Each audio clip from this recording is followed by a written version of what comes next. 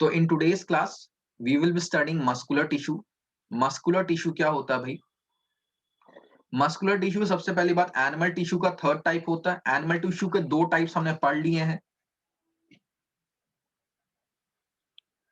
So I hope तुम्हें याद होगा ये दो पार्ट जो हमने पढ़े हैं। पहला पार्ट हमने पढ़ा था एपिथेलियल,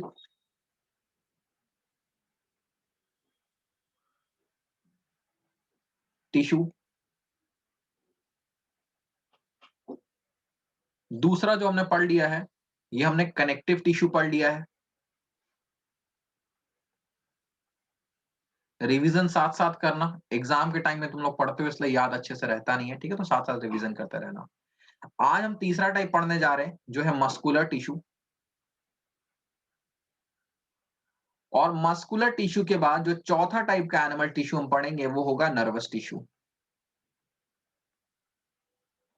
तो ये बहुत बड़े दोनों टॉपिक नहीं है, आज ये आसानी से कंप्लीट हो जाएंगे, ठीक है? तो पहले मस्कुलर टिश्यू की बात करते हैं। तो टिश्यू क्या होता है भाई? What is a tissue? Tissue is a group of sales.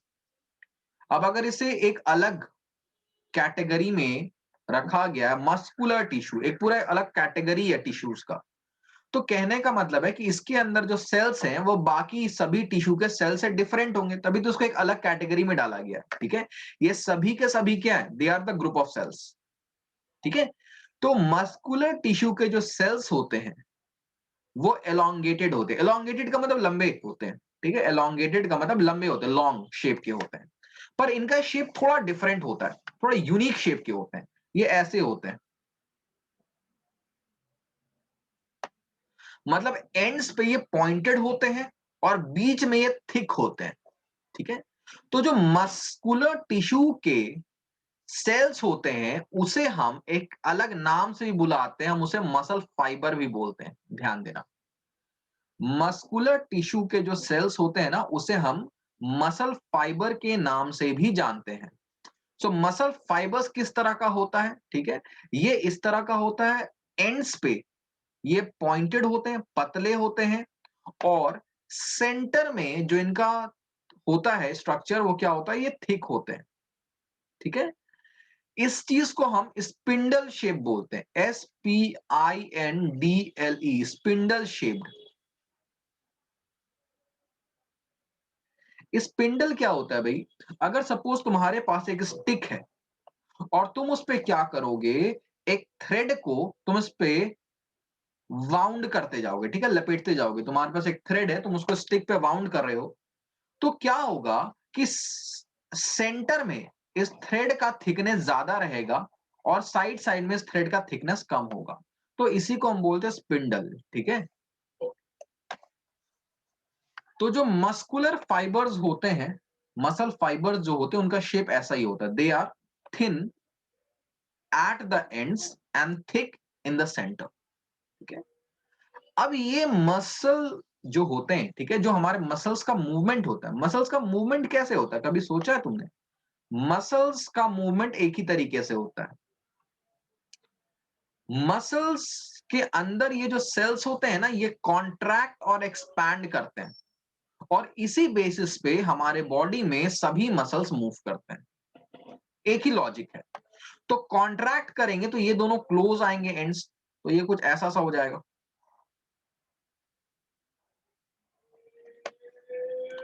और जब ये एक्सपैंड करेगा दोनों तरफ तो ये ऐसा सा बन जाएगा। कॉन्ट्रैक्ट करने पे ऐसा आएगा, एक्सपैंड करने पे ऐसा बन जाएगा। तो ये जो मसल फाइबर्स होते हैं ये जब कॉन्ट्रैक्ट और एक्सपैंड करते हैं तभी जाके हमारे बॉडी के मसल्स मूव करते हैं, ठीक है? जो मसल फाइबर्स का मतलब मसल सेल्स, ठीक है? ये सेल्स है। ये सेल्स देखो, मस्कुलर टिश्यू का मेन काम क्या है हमारे पूरे बॉडी में? मस्कुलर टिश्यू का एक ही इंपॉर्टेंट काम है, that is to cause movement. हमारे बॉडी में जहां भी मूवमेंट होता है वो मसल सेल्स के वजह से होता है, ठीक है? दैट इज मस्कुलर टिश्यू के वजह से होता है। और मस्कुलर टिश्यू मूवमेंट कैसे कर पाता है? उसके जो सेल्स होते हैं दैट इज मसल फाइबर्स, जब वो कॉन्ट्रैक्ट और एक्सपैंड करते हैं तो उसके वजह से पूरा का पूरा जो टिश्यू होता है वो मूव कर पाता है। अब ये कॉन्ट्रैक्ट और एक्सपैंड कैसे करते हैं? तो इसके नीचे क्या होता है ना, एक तरह का प्रोटीन होता है।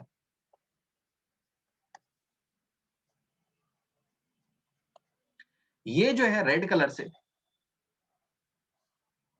इसको हम बोलते हैं कॉन्ट्रैक्टाइल प्रोटीन।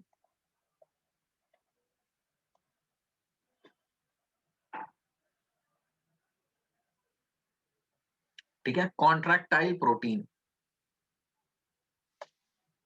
ये कॉन्ट्रैक्टाइल प्रोटीन जब कॉन्ट्रैक्ट करता है तो उसके ऊपर का मसल फाइबर भी कॉन्ट्रैक्ट कर जाता है, और जब ये कॉन्ट्रैक्टाइल प्रोटीन एक्सपैंड करता है तो उसके ऊपर का भी मसल फाइबर एक्सपैंड कर जाता है। मतलब ये मसल फाइबर अपने मर्जी से कॉन्ट्रैक्ट या एक्सपैंड नहीं हो पाते हैं, इस प्रोटीन की वजह से होते हैं। और ये प्रोटीन जो है, ये कॉन्ट्रैक्टाइल प्रोटीन जो है, ये कब एक्सपैंड और कॉन्ट्रैक्ट करता है, ये हमारे ब्रेन के कमांड पे डिपेंड करता है। जैसे मैं बोल रहा हूं तो हमारे माउथ जो है मेरा, वो हिल रहा है। तो मेरा माउथ जो हिल रहा है, बेसिकली मेरे माउथ के अंदर जो मस्कुलर टिश्यूज हैं, उसके सेल्स कॉन्ट्रैक्ट और एक्सपैंड कर रहे हैं। और उनको कॉन्ट्रैक्ट और एक्सपैंड कौन करवा रहा है? ये कॉन्ट्रैक्टाइल प्रोटीन करवा रहा है। और इस कॉन्ट्रैक्टाइल प्रोटीन को बता कौन रहा है कि कब कितना कॉन्ट्रैक्ट करना और कितना एक्सपैंड करना है? ये हमारा ब्रेन उसको कमांड दे रहा है। ठीक है, नाउ हमारे बॉडी में जो मसल्स होते हैं, सभी मसल्स एक टाइप के नहीं होते हैं। क्यों? क्योंकि उनका फंक्शन अलग अलग होता है। डिपेंडिंग अपॉन देयर फंक्शन, जो हमारे बॉडी में जो मसल्स हैं, उनका शेप में थोड़ा बहुत चेंज होता है। ठीक है, उनका शेप, उनका स्ट्रक्चर में थोड़ा बहुत चेंज होता है, डिपेंडिंग अपॉन वो कैसा फंक्शन परफॉर्म कर रहे हैं। देखो, जहां भी मसल है, उनका मेन काम है मूवमेंट, बट मूवमेंट अलग अलग तरीके का होता है। कुछ मूवमेंट हमारे कंट्रोल में होता है, जिसको हम बोलते हैं वॉलेंटरी मूवमेंट। जैसे मैं अपने माउथ को मूव करवा रहा हूं, ठीक है, और मैं अपने हैंड को मूव कराऊंगा, ये सारे मूवमेंट्स मेरे कंट्रोल में है। लेकिन मैं अगर अभी पानी पीता हूं तो वाटर जो है मेरे स्टमक में फ्लो करेगा, स्टमक से इंटेस्टाइन में जाएगा। तो उस समय उसके मूवमेंट को मैं कंट्रोल नहीं कर रहा हूं। मेरा बस कंट्रोल यहां तक है कि पानी मेरे गले से नीचे उतर जाए। उसके बाद उसका मूवमेंट जो हो रहा है, वो मूवमेंट मसल के वजह से ही हो रहा है, बट उन मसल्स को मैं नहीं कंट्रोल कर सकता, वो इनवॉलेंट्री है। जैसे मेरा हर्ट, तो हर्ट मेरा हमेशा मूव कर रहा है। ठीक है, इट इज क्या कर रहा है वो? कॉन्ट्रैक्ट एक्सपैंड कर रहा है, तभी तो ब्लड को पंप कर पा रहा है। मेरा जो हर्ट है वो क्या कर रहा है? कॉन्ट्रैक्ट और एक्सपैंड कर रहा है, तभी जाके वो ब्लड को पंप कर पा रहा है। लेकिन उसको कॉन्ट्रैक्ट और एक्सपैंड करने के लिए मैं कमांड नहीं दे पा रहा हूं। वो एक तरह से ऑटोमेटिक है वो सारा कुछ। तो हमारे बॉडी में जो मसल्स होते हैं, depending upon their function and location, उनका काम थोड़ा ऐसा होता है। कुछ हमारे मर्जी से मूव करते हैं, कुछ ऑटोमेटिक होते हैं। ठीक है, तो इसलिए उनका जो शेप होता है वो थोड़ा सा डिफरेंट होता है। सो उसके बेसिस पे हमने क्या किया है, मसल्स को तीन कैटेगरी में कैटेगराइज किया हुआ है। ठीक है, एक है स्ट्रेटेड, दूसरा है स्मूथ, तीसरा है कार्डियक। स्ट्रेटेड मसल्स को एक और नाम से जाना जाता है स्केलेटल मसल।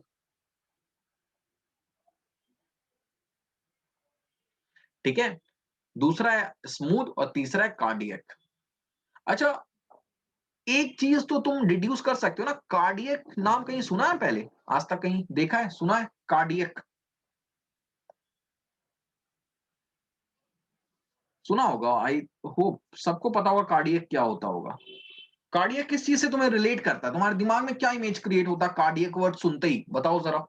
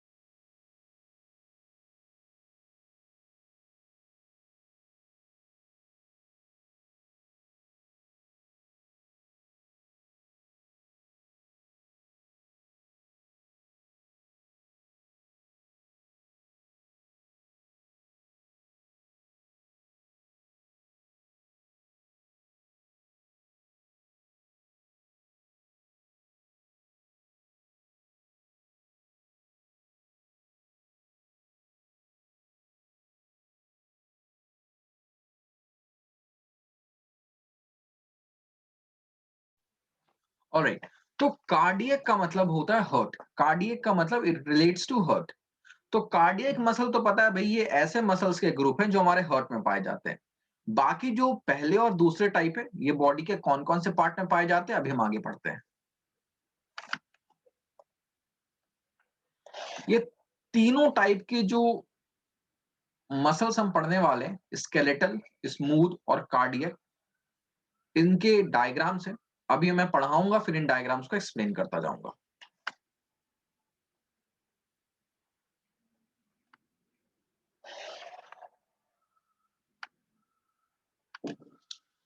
सबसे पहले बात करते हैं स्ट्रेटेड मसल का या स्केलेटल मसल्स के। स्केलेटल, देखो स्ट्रेटेड मसल्स को हम स्ट्राइप्ड भी बोलते हैं, स्केलेटल भी बोलते हैं, और ये वॉलेंट्री होते हैं। वॉलेंट्री का मतलब हमारे मर्जी से काम करते हैं, ठीक है। स्कूल में तुमने सुना होगा ना, वॉलेंटियर्स होते हैं, या किसी भी फंक्शन में वॉलेंटियर्स होते हैं। तो वॉलेंटियर्स कौन लोग होते हैं? वॉलेंटियर्स वो लोग होते हैं जो अपनी मर्जी से वहां पे अपना कंट्रीब्यूशन देते हैं, ठीक है, इन एफर्ट्स, काम खुद से करते हैं। तो वॉलेंट्री का मतलब होता है जो खुद से, जो हमारे कंट्रोल में हो, ठीक है। वॉलेंट्री मसल्स मींस यहां पे हम उन मसल्स की बात करें जो हमारे कंट्रोल में हो। तो स्ट्रेटेड मसल्स को हम स्ट्राइप्ड मसल्स भी बोलते हैं, क्योंकि इसमें क्या होता है ना, ऑल्टरनेट ब्राइट और डार्क बैंड्स होते हैं, इसलिए इसको स्ट्रेटेड भी बोलते हैं। जैसे जेब्रा, जेब्रा में क्या होता है, ऑल्टरनेट ब्लैक व्हाइट बैंड्स होते हैं उसके पूरे बॉडी में। तो उसी को हम बोलते हैं स्ट्रेशंस। स्ट्रेशंस का मतलब वो होता है alternate light and dark bands, ठीक है। यहां पे देखो सेकंड पॉइंट में, since the entire muscle fibres so alternate dark and light stripes, so they are called striated muscles.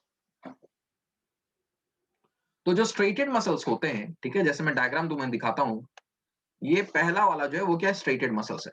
अब यहां पे तुम देख सकते हो कि अगर मैं इसको बोलूं फर्स्ट बैंड, दूसरा, तीसरा, चौथा, तो तुम्हें क्या दिख रहा है, ऑल्टरनेटिवली लाइट और डार्क बैंड्स है। जब उसको माइक्रोस्कोप के नीचे देखते हैं ना, तो ऑल्टरनेटिव लाइट और डार्क बैंड्स दिखते हैं। तो यही जो ऑल्टरनेटिव लाइट और डार्क बैंड्स है जेब्रा की तरह, ठीक है, स्ट्राइप्स है, उसी को हम बोलते हैं स्ट्रेशंस। तो ये जो मसल्स होते हैं इनके ऊपर स्ट्रेशंस होता है, ठीक है, इसलिए इसको स्ट्रेटेड मसल्स बोलते हैं। नाउ ये, अब इसको स्केलेटल क्यों बोलते हैं, क्योंकि मोस्टली ये मसल्स जो है हमारे बोन से, हमारा जो स्केलेटल सिस्टम है उससे अटैच्ड होते हैं, okay, mostly they are attached to the bones or skeleton system, that's why they are called skeletal muscles,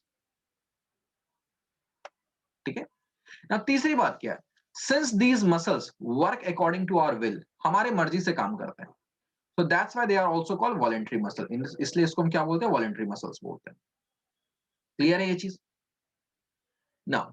अगर इसके शेप की बात करें तो दे आर लॉन्ग और elongated, एक ही बात है, cylindrical and unbranched, also they have a number of nuclei in single cell, एक सेल में बहुत सारे न्यूक्लियाई होते हैं, इसलिए इसको मल्टी न्यूक्लिएटेड बोलते हैं। So you can see the diagram, ये पूरा का पूरा एक ही सेल है। इसमें तुम देख सकते हो एक सेल में एक दो तीन चार चार विजिबल न्यूक्लियाई हैं हमारे पास, ठीक है, और ये सिलेंड्रिकल शेप में दिख रहा है। तो अगर मैं बोलूं इसका स्ट्रक्चर कैसा होता है, तो ये एलोंगेटेड होते हैं, सिलेंड्रिकल होते हैं, अनब्रांच्ड होते हैं। जैसे ये देखो थर्ड वाला केस, यहां पे तुम्हें ब्रांचिंग दिख रहा होगा, एक ही सेल ब्रांच हो रहा है, बट यहां पे कोई ब्रांचिंग नहीं है, तो अनब्रांच्ड होते हैं, ठीक है। तो इलोंगेटेड होते हैं, सिलेंड्रिकल होते हैं, अनब्रांच्ड होते हैं, और साथ ही साथ ये मल्टी न्यूक्लिएटेड होते हैं।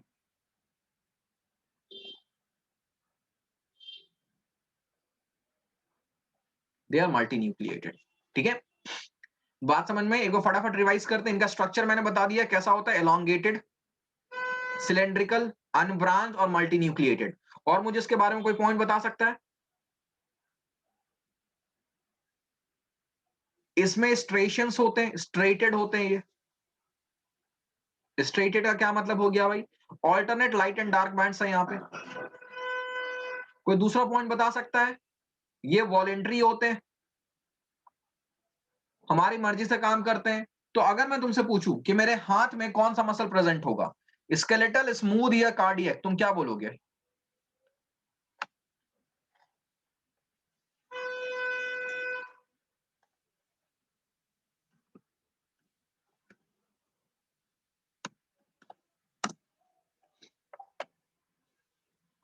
अगर मैं तुमसे बोलूं कि मेरे हाथ में कैसे मसल्स हैं, अच्छा ये बताओ मेरे हाथ में कैसे मसल्स है, वॉलेंट्री या इनवॉलेंट्री? मैं अपने हाथ के मसल्स को अपने मर्जी से मूव करवा पाता हूं या नहीं करवा पाता हूं? इतना तो बता सकते हो।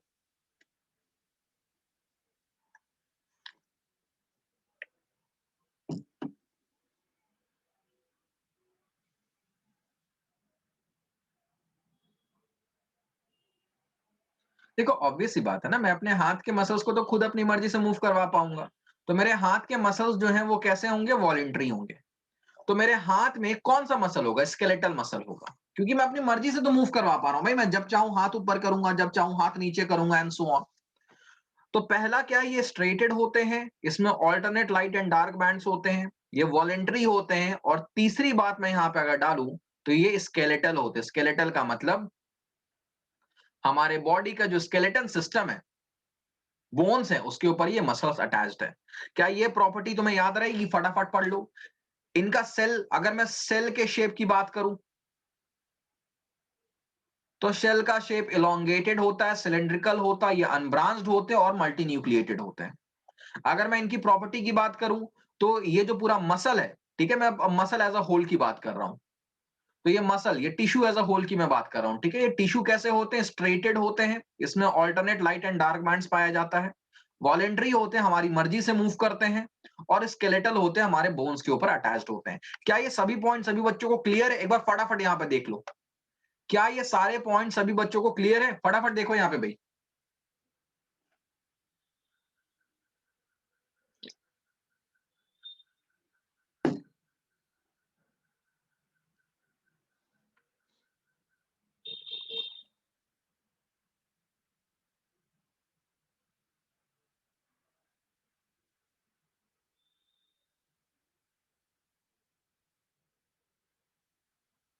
1 स्क्रीन क्लियर दिख रहा तुम्हें अब?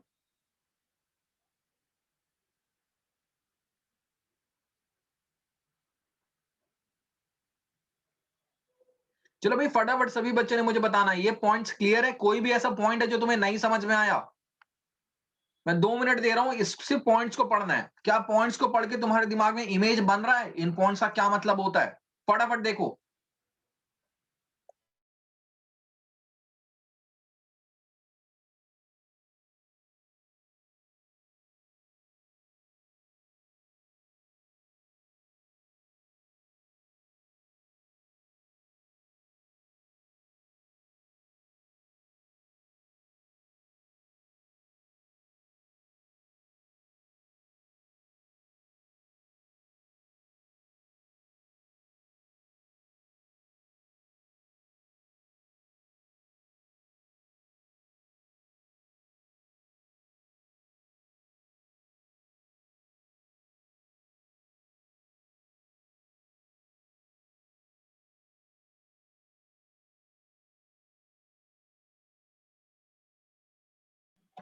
क्लियर है भाई सभी बच्चों को? सारे पॉइंट्स का मतलब समझ में आ गया?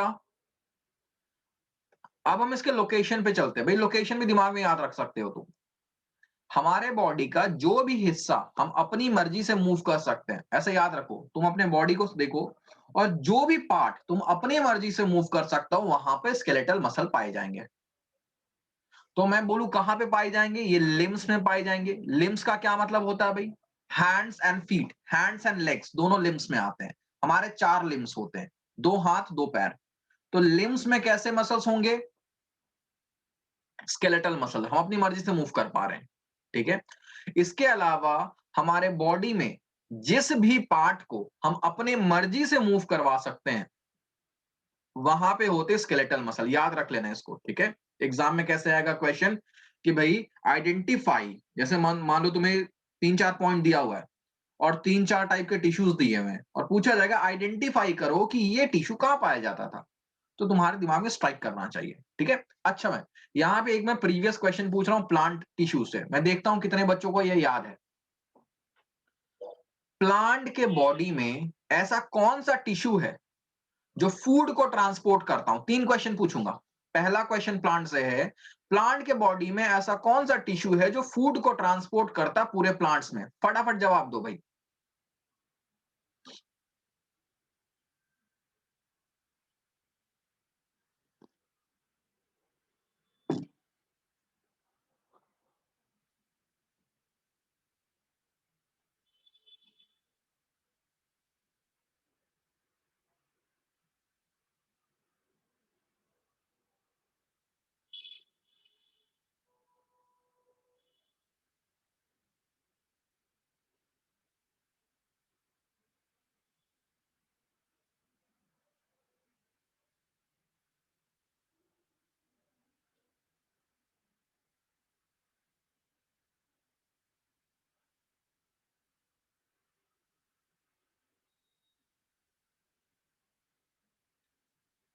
Yes, the answer is which tissue transport food in plant body? The answer is phloem. ठीक है, कौन सा टिश्यू प्लांट के बॉडी में फूड को ट्रांसपोर्ट करता है? फ्लोएम ट्रांसपोर्ट करता है। ये पहला क्वेश्चन। दूसरा क्वेश्चन मुझे बताओ, कौन सा टिश्यू प्लांट के बॉडी में फूड को स्टोर करता है? ये बताओ भाई, which tissue store food in plant body? ये तो मैंने ट्रांसपोर्ट करने की बात कर दी, स्टोर कौन करता है फूड को? दूसरा क्वेश्चन है, फटाफट बताओ, एग्जाम में ऐसे ही आने वाले क्वेश्चन भाई।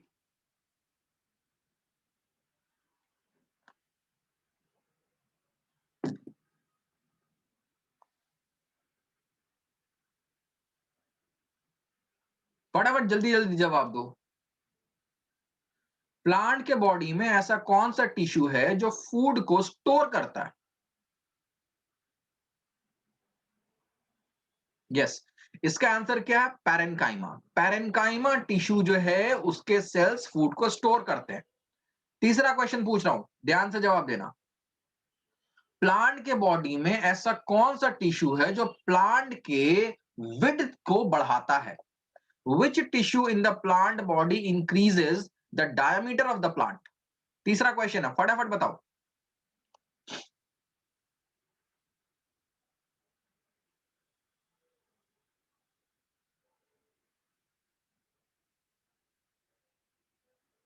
इसका आंसर क्या होगा? Lateral meristem. तो मैंने 3 क्वेश्चन पूछा प्लांट टिश्यू से, इसी तरह के क्वेश्चंस पूछे जाएंगे टिश्यू से, ठीक है? तो यहां पे हमने स्केलेटल मसल को देखा। अब हम दूसरे टाइप ऑफ मसल्स में आते हैं, स्मूथ मसल्स।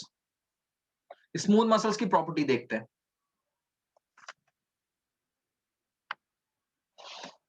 देखो भाई, स्मूथ मसल्स, स्मूथ मसल्स को हम अनस्ट्रेटेड मसल्स बोलते हैं। अनस्ट्रेटेड का मतलब इस मसल में कोई भी ऑल्टरनेट लाइट और डार्क बैंड नहीं है, जिसको हम बोलते हैं जेब्रा स्ट्राइप्स, याद करने के लिए।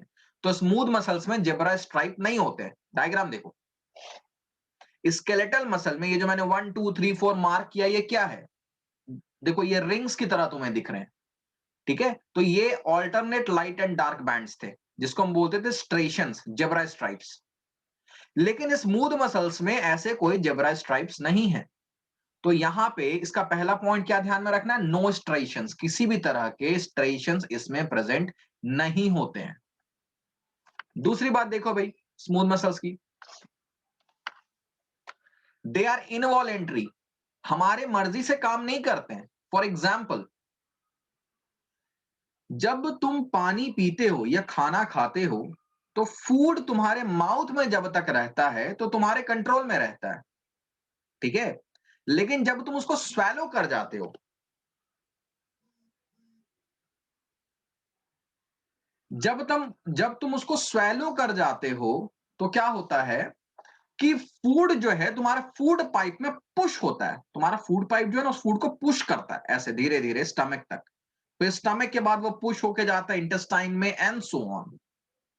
तो ये हमारा फूड पाइप के जो मसल्स हैं, ठीक है, जो उस फूड को पुश करते हैं, वो हमारी मर्जी से काम नहीं करते। हम चाह के अपने फूड को यहां पर या यहां पर रोक नहीं सकते, ठीक है? चेस्ट में कहीं पे रोक नहीं सकते फूड पाइप में।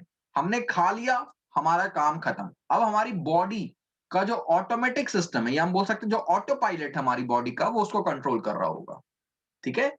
तो ये हमारे फूड पाइप में जो मसल्स हैं, दे आर इनवॉलेंट्री। क्लियर है? दूसरा एग्जांपल मैं इनवॉलेंट्री का दे सकता हूं। अपने आईज को देखो, ठीक है? आईज में जो तुम्हारा ब्लैक कलर का पार्ट है, ठीक है, उसको जब तुम ध्यान से देखोगे, अपने आईज में तो नहीं दिखेगा, दूसरे के आईज में देखना, ठीक है? सामने कोई फैमिली मेंबर को बैठा देना, उसके आंखों में देखना ना, उसका ये जो ब्लैक पार्ट है ना, उसके अंदर तुम्हें ब्राउन कलर का एक पार्ट दिखेगा, ठीक है? कुछ लोगों में ये ग्रे हो, मतलब लाइट ब्राउन होता है, ठीक है? कुछ में ये ग्रीन और ब्लू कलर का होता है। तो जनरली इंडियंस में ऐसा नहीं होता, इंडियंस के पास जनरली ये डार्क ब्राउन कलर का होता है। तो उसको हम बोलते हैं आइरिस, ठीक है? आइरिस का जो लेंथ है ना, वो लाइट पे डिपेंड करता है। चलो एक बार मैं आइरिस का तुम्हें डायग्राम बना के दिखा देता हूं। ये आई है, ठीक है? ये इसका ब्लैक पोर्शन होगा। इस ब्लैक पोर्शन के अंदर इस तरह के जो मसल्स हैं, ये जो ब्लू कलर से मैंने बनाया है, दैट इज कॉल्ड आइरीज, उसको हम बोलते हैं आइरीज।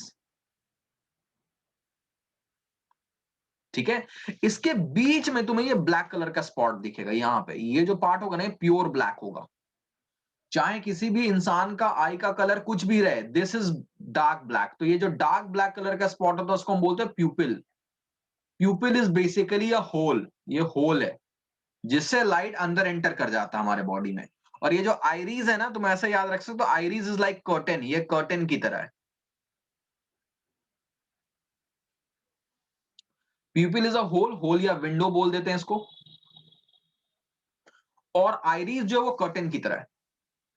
तो जब बाहर, जैसे मान लो तुम अंधेरे कमरे में हो, ठीक है, वहां पे लाइट बहुत कम है, तो लाइट अगर कम है, सपोज मान लो शाम का टाइम हो रहा है, रोशनी कम है, तो तुम क्या करते हो उस केस में, क्या करते हो भाई, तुम अगर कर्टेन्स को हटा भी दोगे तो ज्यादा दिक्कत नहीं है, कर्टेन्स को अगर फोल्ड भी कर दोगे तो दिक्कत नहीं है। लेकिन दिन के टाइम में जब बाहर रोशनी बहुत ज्यादा आ रही होती है, तो उस समय हम क्या करते हैं, कर्टेन को फोल्ड करके रखते हैं, कर्टेन को मतलब पूरा स्प्रेड करके रखते हैं। सो दिन के टाइम हमारा ये जो आइरीज है वो इस तरह से होता है, मतलब लॉन्ग होता है, और डार्क जब होता है तो उस समय आइरीज का साइज छोटा हो जाता है इस तरह से, सच दैट ये जो हमारा प्यूपिल है वो बड़ा हो जाता है, जो प्यूपिल होगी। ठीक है, आई थिंक सभी बच्चों को विजिबल हो रहा होगा, ये थोड़ा छोटा बन गया है, विजिबल होगा। तो ये जो आइरीज के मसल्स होते हैं ना, वो ऑटोमेटिकली अपने साइज को चेंज करते हैं डिपेंडिंग अपॉन कि बाहर सराउंडिंग में कितना लाइट है। अगर बाहर बहुत ब्राइट लाइट होगा तो आइरीज बड़ा हो जाएगा, सच दैट कि लाइट को कंट्रोल करे जो हमारे आईज के अंदर जा रहा है, नहीं तो बहुत ज्यादा लाइट चला गया तो हमारी आईज डैमेज हो जाएंगी। और अगर बाहर कम लाइट है तो आइरीज अपने आप को छोटा कर देगा, सच दैट ये होल बड़ा हो जाए और ज्यादा लाइट अंदर जा पाए कि हमें अच्छे से दिख पाए। इसीलिए तुम कभी नोटिस करोगे, तुम धूप में हो, ठीक है, बाहर सनलाइट में हो, अचानक तुम डार्क रूम में आओ तो तुम्हें कुछ समय के लिए दिखता नहीं है आसपास कुछ भी, बट आफ्टर 2 और 3 मिनट्स तुम्हें सब कुछ दिखना शुरू हो जाता है। तो ये इसलिए होता है, जब हम बाहर रहते हैं ना सनलाइट में, तो बाहर बहुत ब्राइट है, तो उस लाइट को कंट्रोल करने के लिए हमारे आईरीज का साइज बड़ा रहता है, such that come amount of light हमारे आई के अंदर जाए।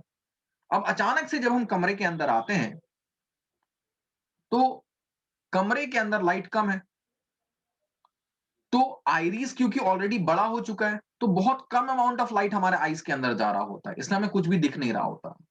ओवर द टाइम जब ये आइरिस इस चीज को सेंस करता है कि बाहर में सराउंडिंग में लाइट बहुत कम है, तो ये अपने शेप को छोटा कर देता है, सच दैट ये होल बड़ा हो जाता है और हमें फिर चीजें दिखने लगती है। तो बच्चों ये जो आइरिस है ये हमारे कंट्रोल में नहीं है, ये ऑटोमेटिकली काम करता है। तो हमारे बॉडी में ऐसे बहुत सारी चीजें हैं जो ऑटोमेटिकली काम करती है, तो उनको हम बोलते हैं इनवॉलेंट्री। तो उन सभी जगहों पे जो मसल्स होते हैं वो स्मूथ मसल्स होते हैं, they do not work according to our will.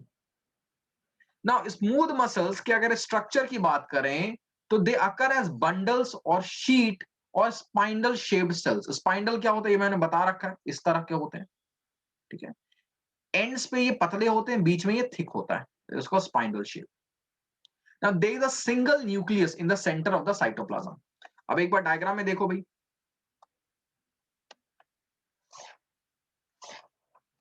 ये है हमारा स्मूथ मसल्स। अब ये स्मूथ मसल्स जो है इसका तुम सेल देखो, ये बीच में एक सेल बना हुआ है, ठीक है, मैं इसको हाईलाइट करता हूं, चलो मैं दूसरे कलर से हाईलाइट करता हूं कि दिख जाए। दिस इज अ सेल, ठीक है, ये सेल बना हुआ है। अब इसका शेप देखो कैसा है, स्पिंडल शेप्ड है, ठीक है, स्पिंडल शेप्ड है ये सेल। और न्यूक्लियस क्या है, बीच में एक न्यूक्लियस है, एक सेल में एक न्यूक्लियस। स्केलेटल में क्या था, एक सेल में बहुत सारे न्यूक्लियस थे, तो ये मल्टी न्यूक्लिएटेड था। यहां पर क्या है, इसका सेल स्पिंडल शेप्ड है, लेकिन यहां पे एक सेल में एक ही न्यूक्लियस है। तो अगर हम सेल शेप की बात करें तो ये होता है स्पिंडल शेप्ड,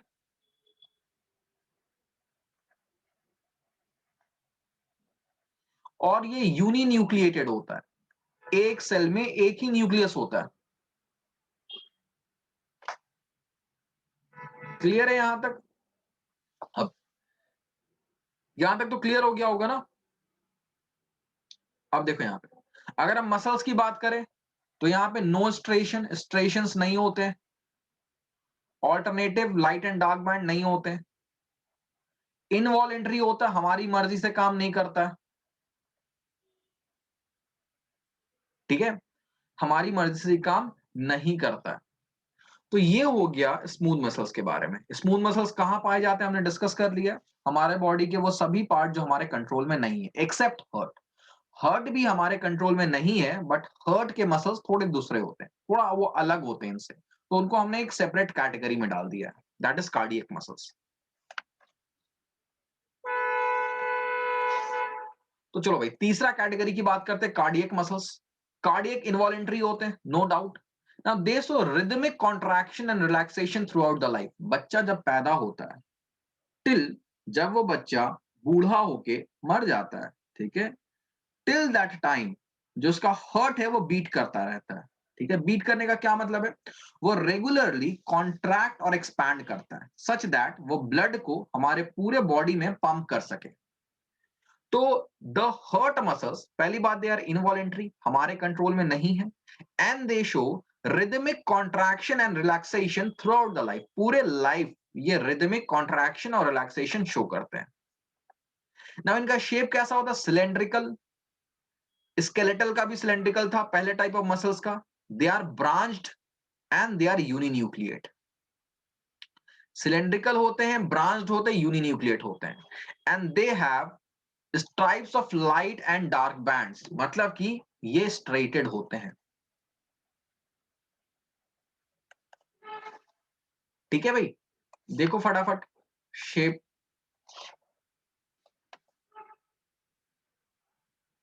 अब यहां पे देखो एक सेल कितना है, ये एक सेल है, यहां से यहां तक, यहां से यहां तक पूरा एक सेल है, ठीक है, ये एक सेल है।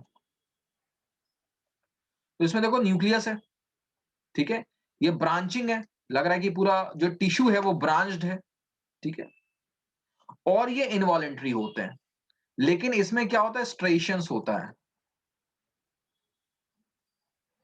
तुम देख रहे हो यहां पे डार्क पार्ट है, इसके बाद ये लाइट पार्ट है, and so on, and they are cylindrical in nature, ठीक है। तो ये हो गए हर्ट के मसल जिनको हम कार्डियक मसल्स भी बोलते हैं। यहां तक क्लियर है सभी बच्चों का? कोई डाउट है पूछो भाई।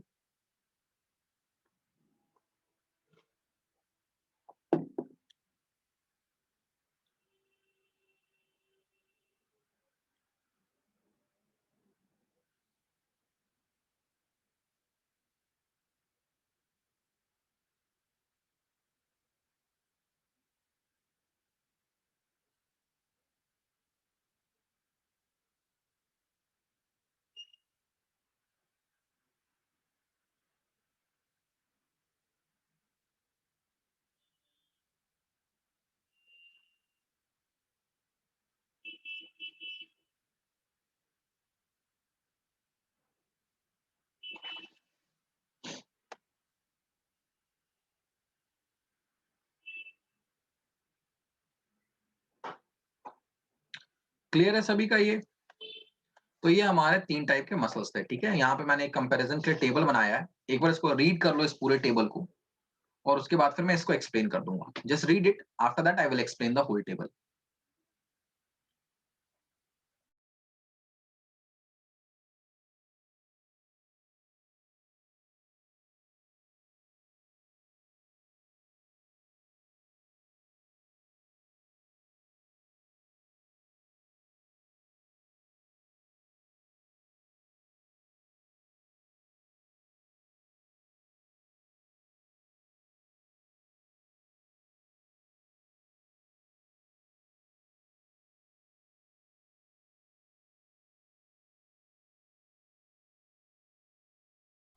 चलो सभी ने पढ़ लिया होगा। देखो तीन टाइप के मसल्स हैं, skeletal, smooth and cardiac.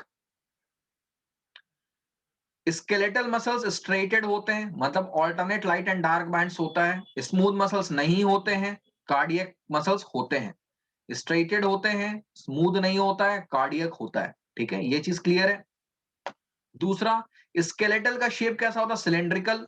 Cardiac का भी शेप कैसा होता है? सिलेंड्रिकल। स्मूथ जो होते हैं वो स्पिंडल शेप्ड होते हैं। स्पिंडल शेप का मतलब इस तरह से शेप्ड होते हैं। ब्रांचिंग, स्केलेटल और स्मूथ दोनों ब्रांच नहीं होते हैं, लेकिन कार्डियक मसल एक अकेला ऐसा मसल होता है जो ब्रांच्ड होता है। न्यूक्लियस की लोकेशन की बात करें तो स्केलेटल मसल में न्यूक्लियस पेरिफेरल होता है। पेरिफेरल का क्या मतलब है? बाहर की तरफ। ठीक है, मतलब सपोज अगर ये सेल है तो न्यूक्लियस यहां पर कहीं पर होगा, सर दैट बाहर से ये विजिबल है इस तरह से, तो उसको बोलते हैं पेरिफेरल। और सेंट्रल का क्या मतलब होता है? न्यूक्लियस यहां पे बीच में, this is called central and this is peripheral. तो एक बार डायग्राम देख लो भाई, ये ज्यादा क्लियर हो जाएगा।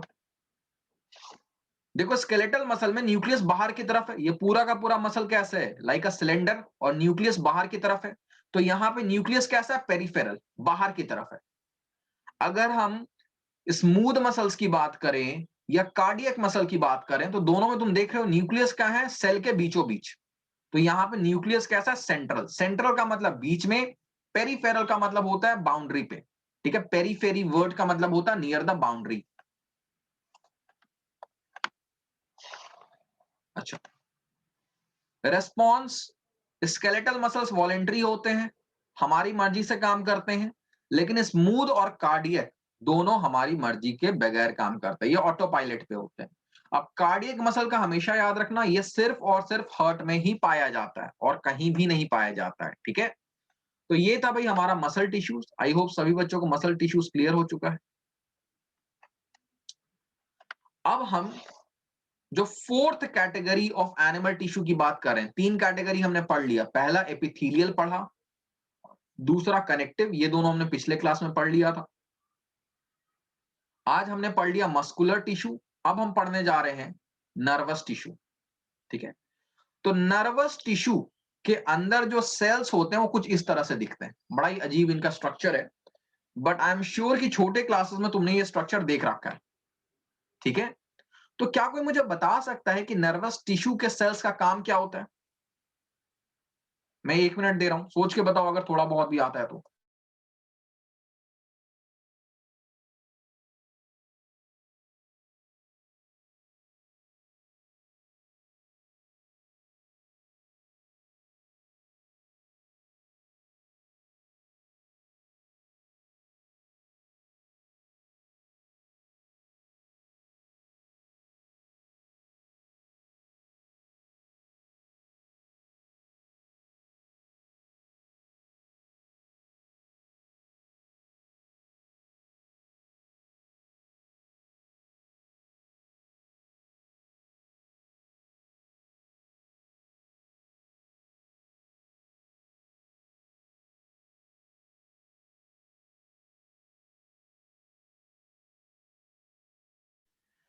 भाई बच्चों, नर्वस टिश्यू का काम बहुत इंपॉर्टेंट होता है हमारे पूरे बॉडी में। ये हमारे सभी सेल्स और ब्रेन के बीच में कोऑर्डिनेशन ला रहा होता है। ठीक है, कोऑर्डिनेट कर रहा होता है ये। मतलब कि हमारे पूरे बॉडी में जो सभी सेल्स काम करते हैं वो किसके कहने पे काम करते हैं? ब्रेन के कहने पे काम करते हैं। ठीक है, तो ब्रेन से इंफॉर्मेशन इन सेल्स तक लेके जाना और इन सेल्स का इंफॉर्मेशन को ब्रेन तक लेके जाना, ये दोनों काम कौन करता है? नर्वस टिश्यू करता है। Nervous tissue like transporter. हमारे मसल्स और ब्रेन के बीच का ये एक लिंक है। सभी मसल्स और ब्रेन के बीच का एक लिंक है, ये इंफॉर्मेशन ट्रांसपोर्ट करता है। ठीक है, इसलिए इनका शेप कुछ इस तरह से होता है। अब जो सेल्स होते हैं वो यहां पे कनेक्टेड होते हैं। ठीक है, ये जो है ये सेल्स होते हैं। हमारे बॉडी के सभी तरीके के जो सेल्स हैं, चाहे हमने मसल टिश्यू के सेल्स की बात करें, जैसे एपिथेलियल हो गया, कनेक्टिव हो गया। ठीक है, वो सेल्स कहां पे कनेक्टेड होते हैं? इन जगहों पे कनेक्टेड होते हैं। इसको हम बोलते हैं डेंड्राइट्स। सेल्स यहां पे कनेक्टेड होते हैं। ठीक है, सपोज मान लेते हैं कि मेरे हाथ में मैंने कुछ गर्म चीज को टच कर दिया, तो मेरे हाथों में जो सेल्स हैं वो उस टेम्परेचर को जैसे ही सेंस करेंगे, वो एक इंफॉर्मेशन जनरेट करेंगे कि भाई अगर मेरा हाथ ज्यादा देर तक वहां पे उसके कांटेक्ट में रहा तो the cells will get damaged. तो उस इंफॉर्मेशन को, उस वार्निंग, उस डेंजर को जैसे वो सेंस करेंगे, वो क्या करेंगे, सिग्नल्स जनरेट करेंगे। सिग्नल क्या होगा, यहां से मूव करेगा और आएगा यहां पे, that is in the nucleus. Nucleus में वो सिग्नल कन्वर्ट होगा इलेक्ट्रिक सिग्नल्स में, और फिर वो signal through the axon transport होगा टू द नर्व एंडिंग। अब ये नर्व एंडिंग या तो डायरेक्टली हमारे ब्रेन से कनेक्टेड हो सकता है, और यहां पे एक दूसरा न्यूरॉन हो सकता है। नर्व सेल्स को हम न्यूरॉन भी बोलते हैं, ठीक है। ये मत सोचना सर न्यूरॉन आपने नई चीज क्या बोल दी। Nerve cells are called neuron.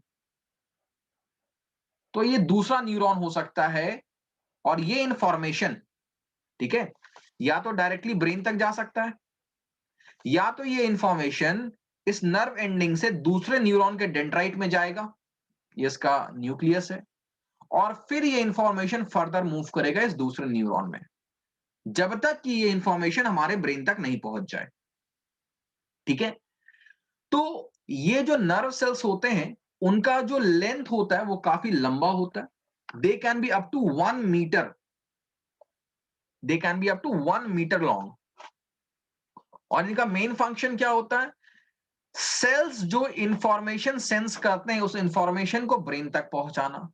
फिर ब्रेन जो कमांड देगा, सपोज मान लो जैसे मैंने अभी एग्जांपल लिया था कि मैं किसी हॉट ऑब्जेक्ट को टच कर देता हूं, तो भाई मेरे बॉडी को पता है कि अगर ज्यादा देर तक मेरा हाथ वहां पे कांटेक्ट में रहा, तो मेरे जो हाथ के सेल्स होंगे, वहां के स्किन के जो सेल्स होंगे, वो डैमेज हो जाएंगे। तो उस डैमेज को बचाने के लिए ये इंफॉर्मेशन तुरंत गया मेरे ब्रेन में, और मेरा ब्रेन कमांड देगा मेरे बाकी मसल सेल्स को कि भाई तुम इस तरह से मूव करो कि मेरा हाथ वहां से पीछे खिंच जाए। तो information from the cells to the brain, and from the brain to the cells, ये सारा कुछ इस नर्वस टिश्यू के सेल्स से होता है। और नर्वस टिश्यू के सेल्स को हम नर्व सेल बोलते हैं, और इसको हम न्यूरॉन बोलते हैं। और इस सेल में जो इंफॉर्मेशन ट्रांसमिट होता है वो किस तरह से ट्रांसमिट होता है, in the form of electrical signals. इसलिए ये सिग्नल बहुत फास्ट हमारे ब्रेन तक जाता है, और फिर हमारे ब्रेन से उतने ही तेजी से उस बॉडी के पार्ट तक जाता है जिसको मूव करना होता है, ठीक है। तो जस्ट यहां पे जो डेफिनेशन है थोड़ा सा हाईली कॉम्प्लिकेटेड है। Cells of the nervous tissue are highly specialised cells for being stimulated. Stimulated का मतलब इनको इंफॉर्मेशन दिया जाता, बताया जाता है, और उसके बाद ये जो स्टिमुलस है, स्टिमुलस का मतलब इंफॉर्मेशन, ये हमारे बॉडी के एक प्लेस से दूसरे प्लेस तक जाता है, ठीक है। The brain, the spinal cord and the nerves. Nerves का मतलब नर्व सेल्स हो गए, ब्रेन तो पता ही है, स्पाइनल कॉर्ड क्या होता है भाई, ये सारा का सारा न्यूरॉन, हमारे बॉडी में जो सारा का सारा न्यूरॉन है वो डायरेक्टली ब्रेन तक कनेक्ट नहीं होता, ठीक है। सपोज ये हैंड है, ठीक है, ये लेग है, ये दूसरा हैंड है, और यहां पे पर्सन का हेड है, दैट इज ब्रेन। तो ऐसा नहीं कि ये न्यूरॉन यहां से यहां कनेक्टेड है, ये ऐसे कनेक्टेड है, ये ऐसे कनेक्टेड है, ऐसा नहीं होता है, ठीक है। इसके बजाय व्हाट हैपेंस कि ये सभी न्यूरॉन ऐसे आते हैं और यहां पे ज्वाइन हो जाते हैं, और फिर यहाँ पे एक बंडल ऑफ न्यूरॉन बनता है जो कि हमारे ब्रेन तक जा रहा होता है। तो ये जो बंडल ऑफ न्यूरॉन है इसी को हम बोलते हैं स्पाइनल कॉर्ड, और ये हमारे बैकबोन के अंदर होता है, बैकबोन इसको प्रोटेक्ट करता है, ठीक है। तो स्पाइनल कॉर्ड वहां पे होता है। हमारे पूरे बॉडी के न्यूरॉन्स जो होते हैं वो स्पाइनल कॉर्ड में आके मीट करते हैं, और फिर वहां से वो सारे के सारे का कनेक्शन कहां से होता है, हमारे ब्रेन से होता है, ठीक है। सो हमने ये ऑलरेडी डिस्कस कर लिया कि नर्व सेल को हम न्यूरॉन बोलते हैं। न्यूरॉन में क्या क्या होता है, सेल बॉडी होता है जिसमें न्यूक्लियस और साइटोप्लाज्म होता है, और उसके अलावा एक्सॉन और नर्व एंडिंग होता है, ठीक है। यहां पे देखो भाई, ये पहला पार्ट सेल बॉडी है। सेल बॉडी में क्या क्या है, सेल बॉडी में डेंड्राइट, न्यूक्लियस और ये जो पूरा ये ब्राउन कलर से तुम्हें दिख रहा है, दिस इज साइटोप्लाज्म। ये पूरा का पूरा साइटोप्लाज्म है, ब्राउन कलर वाला पार्ट। फिर this long part is called axon, और फाइनली ये एक्सॉन कहां पे एंड करता है? नर्व एंडिंग में एंड करता है, ठीक है। उस नर्व एंडिंग से दूसरा डेंड्राइट कनेक्ट हो सकता है दूसरा न्यूरॉन का, या सीधे या नर्व एंडिंग ब्रेन तक भी जा सकता है। अब जैसे सपोज नेक नेक से जो भी नर्व एंडिंग है सीधे ब्रेन तक जा रहा होगा, लेकिन बाकी जगहों से जो नर्व एंडिंग है वो हमारे दूसरे न्यूरॉन से कनेक्ट होगा, और फिर वो न्यूरॉन हो सकता है किसी और न्यूरॉन से कनेक्टेड हो, और वो न्यूरॉन हमारे ब्रेन से कनेक्टेड हो। ऐसा कनेक्शन भी बन सकता है।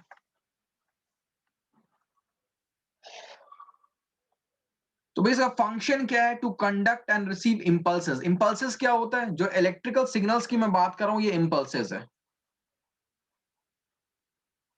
जिस इलेक्ट्रिक सिग्नल्स की मैं बात कर रहा हूं वो होता है इंपल्सेस। तो impulses are electric signals generated in response to stimuli. Stimuli क्या होता है? Change in environment. हमारे एनवायरनमेंट में अगर कोई भी चेंज होता है तो उसको हम बोलते हैं स्टिमुलाई। हमारी बॉडी उसके अगेंस्ट क्या करती है? रेस्पॉन्ड करती है। हमारा एनवायरनमेंट गर्म हो जाए, ठंडा हो जाए, हम किसी चीज से टकरा जाए, कुछ भी हो जाए, वो स्टिमुलस है। Now nerve impulses allow us to move our muscles when we want to. अब जब हम चाहते हैं, बेसिकली जब हमारा ब्रेन चाहता है किसी भी चीज को मूव करने के लिए, तो इंफॉर्मेशन, जैसे सपोज मैं चाह रहा हूं कि अपने हाथ को रेस करूं, तो हमारा ब्रेन जो है ये इंफॉर्मेशन को कहां तक भेजेगा? मेरे हाथ के मसल्स तक भेजेगा। वो मसल्स इस तरह से मूव करेंगे कि मेरा हाथ अपने आप रेस हो जाएगा, ठीक है। तुमने बहुत बार ऐसा सुना होगा कि कभी कभी क्या होता है, कुछ लोगों का एक्सीडेंट के बाद उनके बॉडी के कुछ पार्ट्स का मूवमेंट बंद हो जाता है, हम बोलते हैं उनको पैरालिसिस हो चुका है। सो एक्चुअली क्या होता है ना, उनका ये जो नर्व है वो डैमेज हो जाता है। तो ब्रेन से इंफॉर्मेशन उस मसल तक जा ही नहीं पाता है, तो वो मसल्स वहां पे मूव नहीं कर पाते हैं, ठीक है। सो ये कहां पाए जाते हैं? ब्रेन में, स्पाइनल कॉर्ड में और नर्व्स में, ठीक है। Any doubt till here?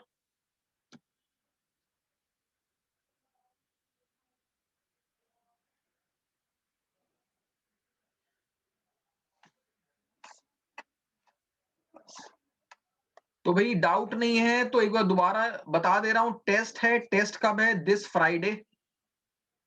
Chapter कौन से होंगे? फिजिक्स से होगा ग्रेविटेशन, केमिस्ट्री से होगा स्ट्रक्चर ऑफ एटम,